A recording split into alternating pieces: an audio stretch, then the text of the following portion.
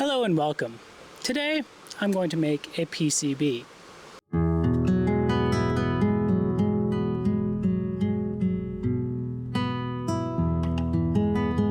But why do I want to make a PCB? Well, if you've seen my other videos, you might know that many of my designs are less PCB-y than other things. But I'm a multifaceted individual, and I always like to learn new things. So let's get started. The project I want to revisit is one I made a whole video on. You can watch it here. It's a beam pummer. Now this is kind of a robotic plant that sits around all day charging up, and then during the night it does something. In this case, it blinks some LEDs.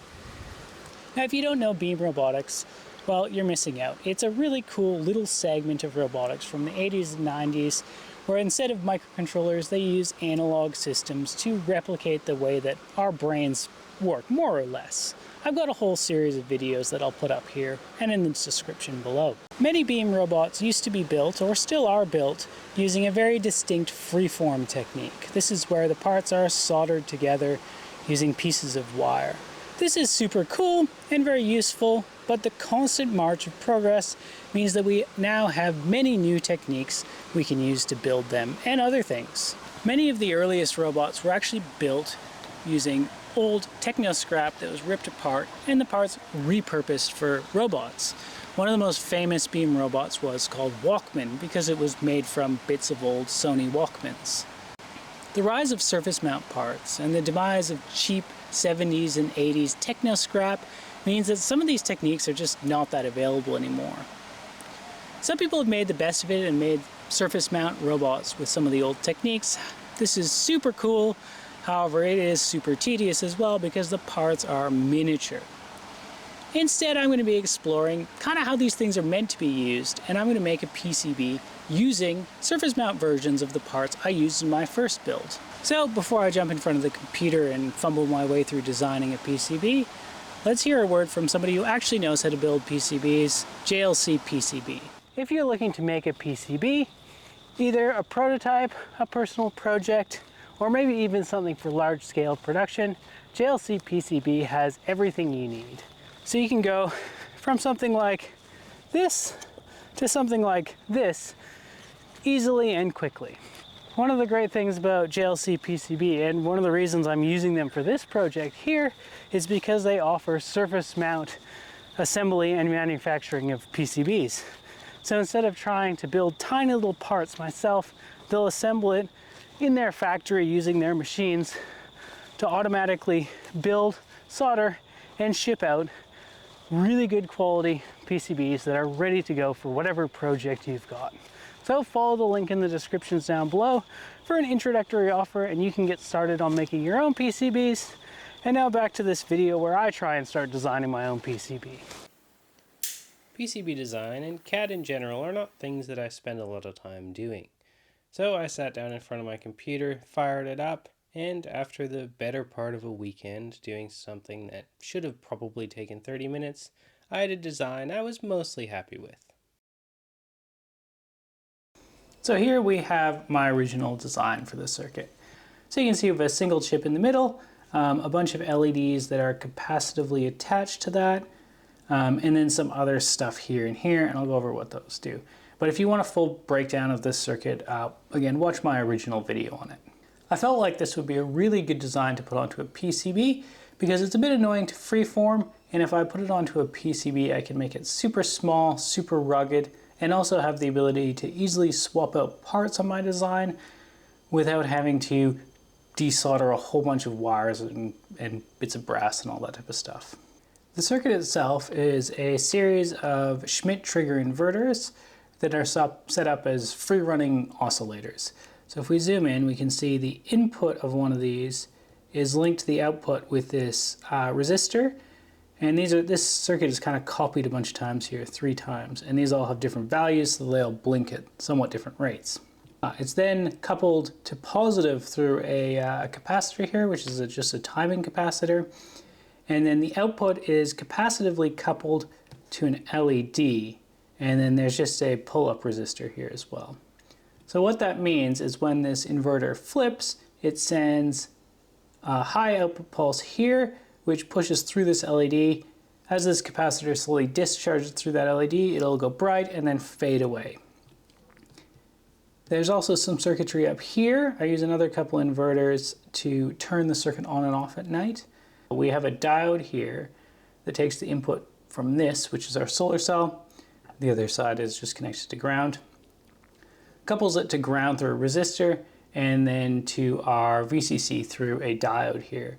So during the day, the input here will be high. That solar cell will be charging our capacitor. So this will see a high voltage here. And then as it gets dark out, the voltage here will fall, and eventually this will be pulled all the way to ground, switching these inverters. Now, the way I turn this on and off, there's no enable system on this chip, unfortunately. So the way I turn it on and off is we have a switched ground here, which has these diodes that are all connected together. Those clamp the inputs for our inverters. And then the other one is we have a switched ground coming out of this, which is connected to each of our LEDs ground. So during the day, these LEDs will see a positive signal, and also the inverting will be stopped because these will be pulled down through these diodes. It's a basic overview.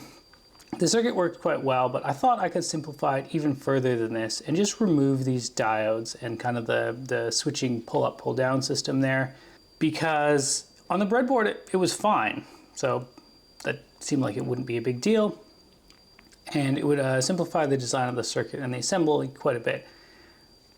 Does that matter because I'm not assembling this? This is a PCB? Maybe not, but I thought it would be a good idea. It's always good to simplify your circuits, right?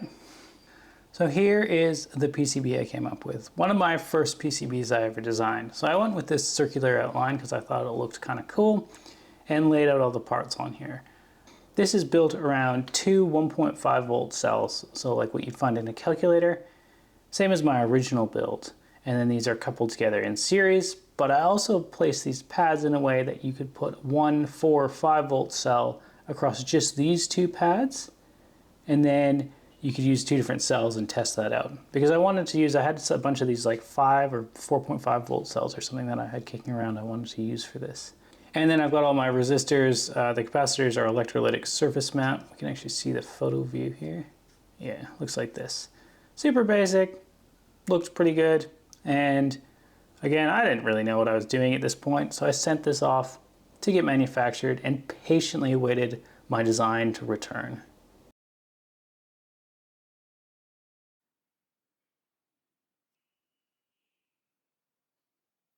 After what was essentially a failure, I did end up with some working boards, but they weren't quite what I wanted.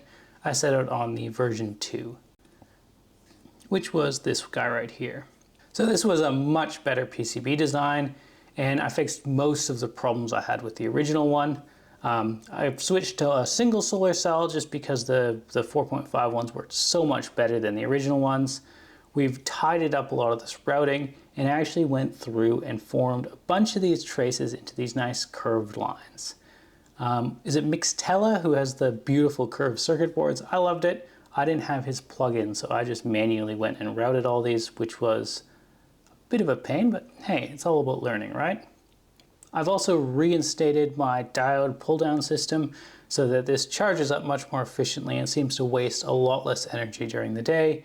We've moved around my capacitor footprints. It's now really something I'm pretty happy with. You can see as well I've done some artwork on the silk screens just to kind of make it a little bit more visually interesting. So I ordered the replacement board. And you can actually look here, this is reversion 1.2. There was actually another in-between one that almost worked but had some kind of issues as well. So this is version 3. I'm calling it Mark 0 because I've got some other things planned down the line, so this isn't a final version by any means.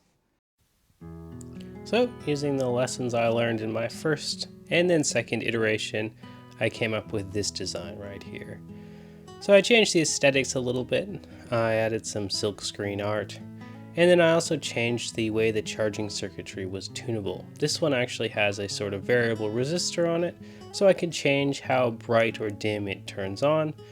I left the supercapacitor and solar cell unsoldered here so I could experiment with some different values and layouts. Here you can see I made a little standoff for my solar cell, which I think will help with charging in some situations. But you never know, that's why I built these so you can try it out.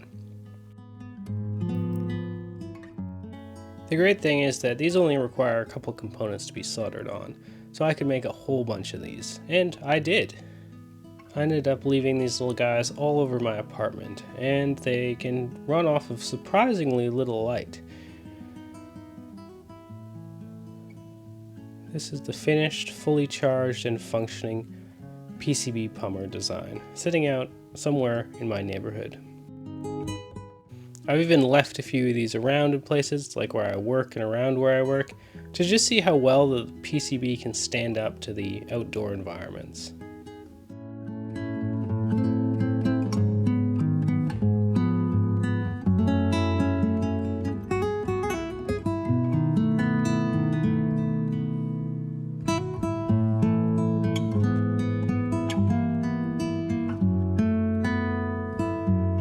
So what's next for this project? Well, the reason I called it Mark 0 is because I have a bunch of plans for this. The biggest one is I want a way that these boards can talk to each other. Because I have a bunch of them, I want them to be linked together, either through electrical signals, maybe through light. I haven't figured that out yet. But I want to be able to see a signal start at one and propagate through the rest, kind of like the activity in your brain. Maybe I'll end up with like one of those neural nets everyone's been talking about. So stay tuned for part 2. I guess that'll be called Mark 1. I didn't really think that through, did I?